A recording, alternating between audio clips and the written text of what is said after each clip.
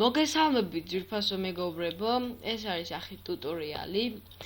დღეს ამ ვიდეო გაკვეთილში მე მინდა გასწავლოთ თუ როგორ გავასწოროთ თამაშებში ჭედვები.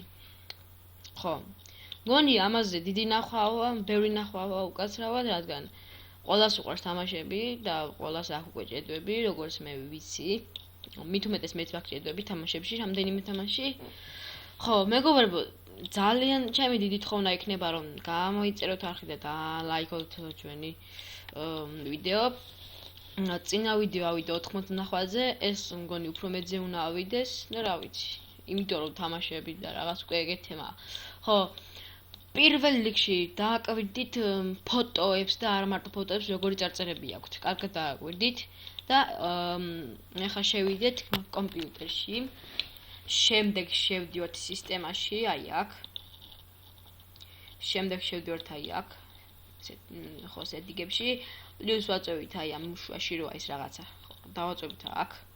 და ანუ ეს თქვენ გიყენებათ ყველაზე კარგი, მაგრამ ყველაზე ცუდი იმით არის რომ გიჭედოთ კომპიუტერი. ეს არის ყველაზე კარგი და პლუს არ გაგიჭედოთ, ვთქვათ მესამე, აი ბესტია, მე როგორც ხედავთ, დააწევით Apple. შეიცვალა და ახლა დააკვირდით წარწერებს.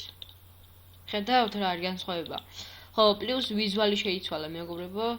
როდესაც მე ამას ვაწვევდი, ანუ რაღაცნაირად იშლებოდა რა, ანუ სხვანაირად იშლებოდა და ახლა პირდაპირ ესე რაღაცნაირად შევა.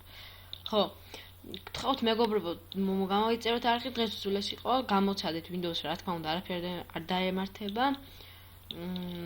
მეწმუნეთ, ყველაფერი კარგად გამოგივათ და რა ვიცი, თამაშებში ითამაშებთ ლიწინ-ლიწინით, როგორც თენგომ თქვა. ყრდელი და რამე რა. ხო, ნახვამდის და რა ვიცი, გამოიწერეთ მეგობრებო არხი.